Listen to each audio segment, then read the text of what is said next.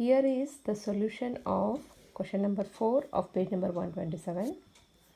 The question goes like this. Two objects of masses 100 gram and 200 gram are moving along the same line and direction. So both of them are moving along the same line and in the same direction with the velocities of 2 meter per second and 1 meter per second respectively. They collide, and after collision the first object moves at a velocity of 1.67 meter per second. Determine the velocity of the second object. So here whatever the data is given in the question, it's been written here. So mass of the first object is given as 100 gram, so convert it into kg, so we'll get it as 0.1 kg. And mass of the second object is given as 200 gram, convert it into kg, so it will get it as 0.2 kg. Velocity of the first object initially, so we have to consider it as the initial velocity of the object, that is 2 meter per second, and initial velocity of the second object is given as 1 meter per second. So as the units are in SI system, so no need of converting. And also it is given that after collision, so both of them, they will collide with each other like this. The first and second, they collide with each other, and after collision they may stop or they may continue moving. So here this is the data we have written.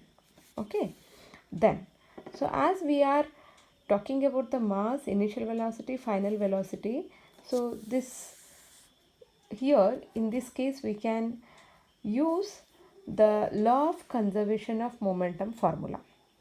So according to law of conservation of momentum, we know that total momentum before collision is equal to total momentum after collision. So the formula goes like this.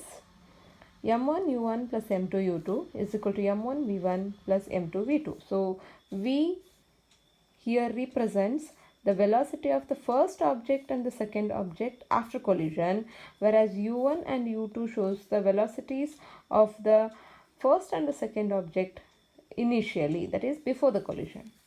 So now just go on substituting the values.